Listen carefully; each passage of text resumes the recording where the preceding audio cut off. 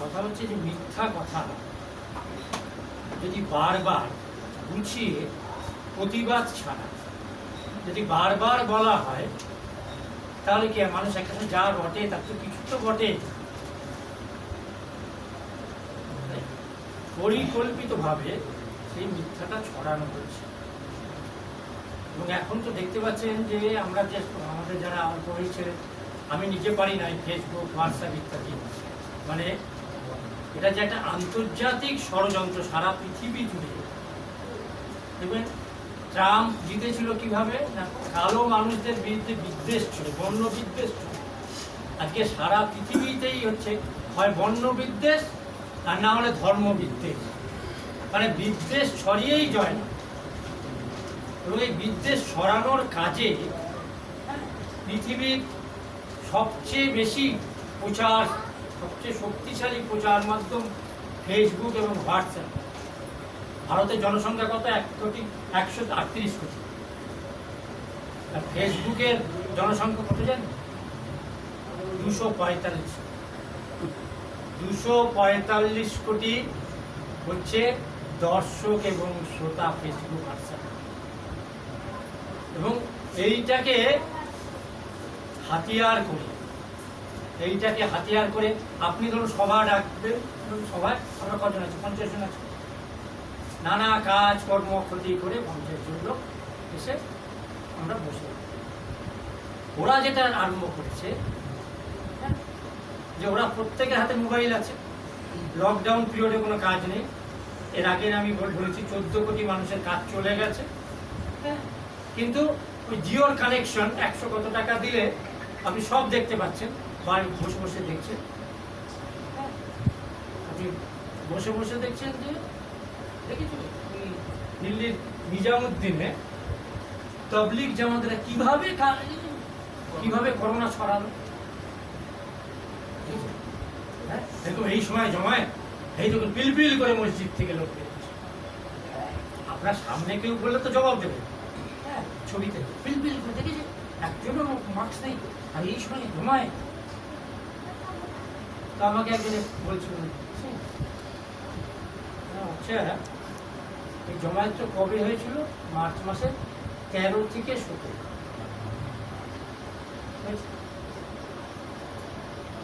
তখন পার্লামেন্ট চলছিল কি চলছিল না? কারণ পার্লামেন্ট চলতে গেলে কত লোক লাগে জানেন? পার্লামেন্ট চলাকালীন সাধারণ অবস্থায়, আজকের কথা বলছি না, আজকে তো এক বহু লোক যাচ্ছেই না, সাধারণভাবে পার্লামেন্ট চলাকালীন 7 থেকে 7,500 লোকের সেখানে আনা হচ্ছে। তো সেটা আপনি চলতে দিলেন, তখন করোনা ছড়ালো না। এবং নিজামুদ্দিনের মুসলমানরাও তারা নাকি করোনা, এটা কোথাও এলো না। যে যারা ওইখানে অর্গানাইজ করেছিলেন তারা সরকারের অনুমতি নিয়েই করেছিল, তখন না করুন না করুন, তুমিও তো বলনি। আজকে এই যে মাস্ক পরা নিয়ে এত কথা বলছে, হ্যাঁ, পার্লামেন্টের যদি কর্মসূচি দেখেন, তৃণমূল কংগ্রেসের সাংসদ ডেরেক ওব্রায়ান তিনি মাস্ক পরে রাজ্যসভায় ঢুকেছিলেন।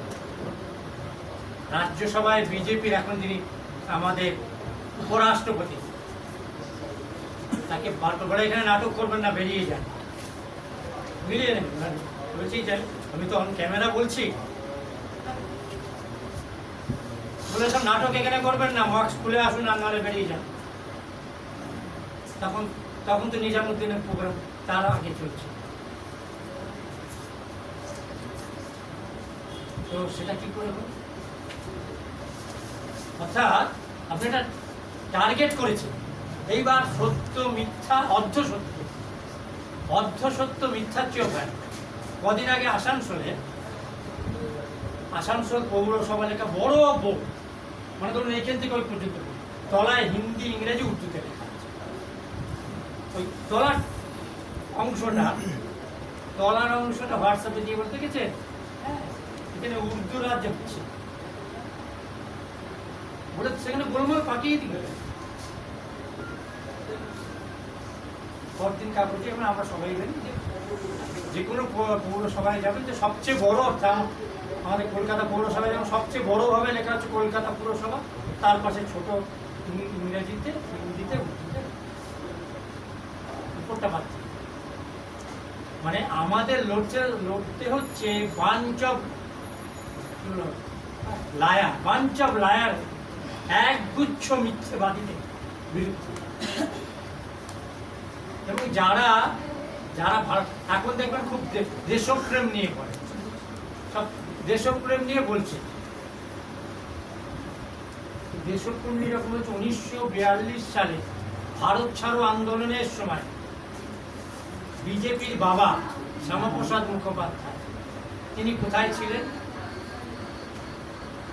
তিনি বাংলায় তখন একটা সরকার হয়েছিল, সেই সরকারে ছিলেন এবং তিনি চিঠি দিচ্ছেন ব্রিটিশ গভর্নর জেনারেলকে যে এই আন্দোলনকে যখন মাতঙ্গিনী হাজরারা ইংরেজ ভারত ছাড়ো স্লোগান তুলে মিছিল করছেন, কাঁথিতে গুলি খেয়ে পড়ে যাচ্ছে, তখন শ্যামাপ্রসাদ মুখোপাধ্যায় চিঠি দিচ্ছে এই আন্দোলনকে গুরুত্ব দেবেন না, কঠোর হাতে আন্দোলন মোকাবিলা করবেন। ব্রিটিশ গভর্নমেন্টকে চিঠি দিচ্ছে এই বেঈমান বিশ্বাসঘাতককে স্বরূপ উন্মোচনের জন্য। সেই সব চিঠি আমরা জোগাড় করেছি। তো এবং ভারতবর্ষে 1925 সালে, আমি এখানে অনেকবার বলেছি, আবারও 1925 সালে RSS তৈরি। 1925 থেকে 1947 প্রায় 22 বছর যে স্বাধীনতার আন্দোলন, সেই আন্দোলনে RSS এর অংশগ্রহণ, কমিউনিস্টরা, আমি লাইন দেওয়া 100 কমিউনিস্ট নেতার নাম বলবো যারা জেল খেটেছে। আমি ব্যক্তিগতভাবে চট্টগ্রাম অস্ত্রাগার লুণ্ঠন বলবো না, চট্টগ্রাম যুব বিদ্রোহ, তার নেতা ছিলেন গণেশ ঘোষ, CPM এর MP হয়েছিল, অনেক বছর আগে মারা গেছেন। আমি 78-80 সালে একবার তাকে আনতে গিয়েছিলাম, তো গাড়িতে ওই হাজরা থেকে আমার পাড়ায় নিয়ে আসতে গিয়েছিলাম, চিকিৎসা করছিলাম হাসপাতালে। যে আপনি কত বছর 1930 সালে গণেশ ঘোষ জেলে, চট্টগ্রাম অস্ত্রাগার লুণ্ঠন মামলায় জেলে ঢোকেন 1946 সালে। কত বছর হল? 16 বছর।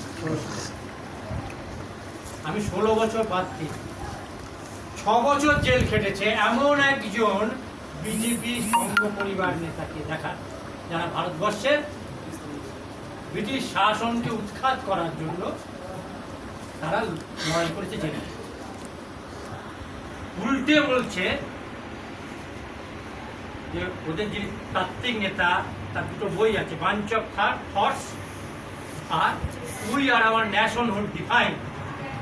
বাঞ্চ অফ থটস খানিটের মতোই দুটা, সবটা পড়া হয়। আর we are our nationhood defined বলে একটা বই আছে, অল্প সেটা খানিকটা, সেখানে পরিষ্কার বলছে যে ইংরেজের সঙ্গে লড়াই করে শক্তি ক্ষয় করো না, শক্তি সংরক্ষণ করো মুসলমানদের বিরুদ্ধে এবং কমিউনিস্টদের বিরুদ্ধে নয়।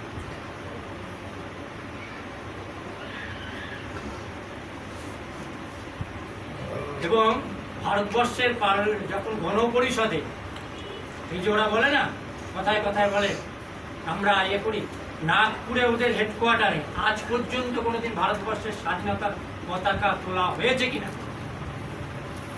এই প্রশ্নগুলো ওদের লেখা। ওদের ইংরাজি যে মুখপাত্র, তার নাম হচ্ছে অর্গানাইজার। 14ই আগস্ট 1946 বা তার পরবর্তীকালে যে অর্গানাইজার, তাতে লিখছে, আমায় আজকে এরকম বলতে হবে জানলে আমি সব নিয়ে আসতাম আপনাদের দেখাতে। তাতে বলছে কাল 3 রং, 3 শব্দটাই এভিল, দানব, খারাপ। We should not respect try colour, we only respect Bhagwa colour, ঝান্ডা। মানে বাংলায় হচ্ছে আমরা উই শুড নট রেসপেক্ট, মানে আমরা কোনো অবস্থাতেই এই 3 রঙের ঝান্ডাকে সম্মান করব না। উই অনলি রেসপেক্ট, আমরা কেবলমাত্র সম্মান করি হচ্ছে গেরুয়া ঝান্ডা। সেই বিশ্বাস আজকে অন্যের দেশপ্রেম নিয়ে প্রশ্ন করছে।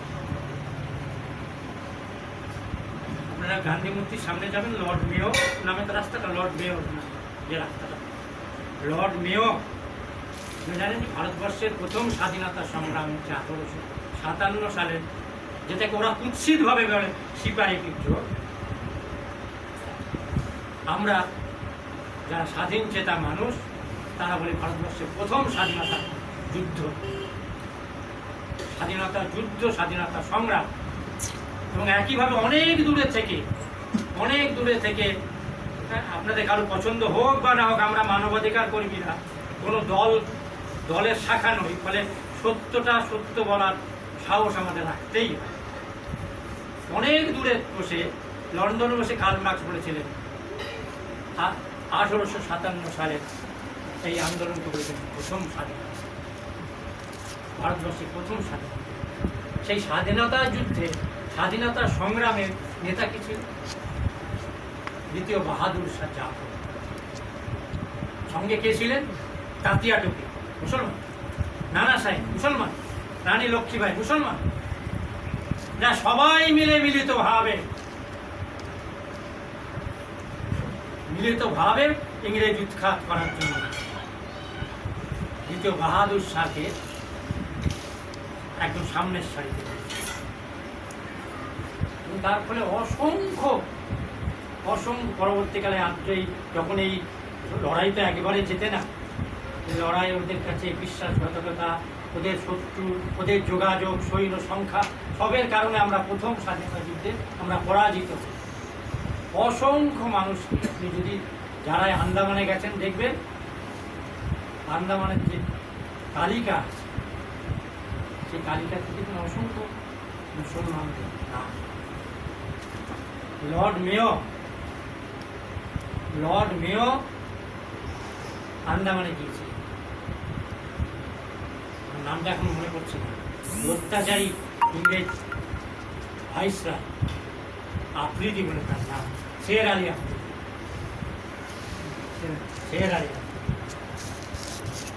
সারা ভারতবাসীর পক্ষ থেকে প্রতিশোধ লর্ড মেয়োকে হত্যা করেছে। সেটা একটা ভারতবর্ষের একটা কুখ্যাত আইন এনেছিল, আমার থেকে একটু মনে আসছে না সেই আইনটা। সেই আইনের প্রতিবাদে ভারতবাসীকে সেই আইন দিয়ে গলা বন্ধ করে দেওয়া, জেলখানায় পড়ার জন্য আইন করেছে।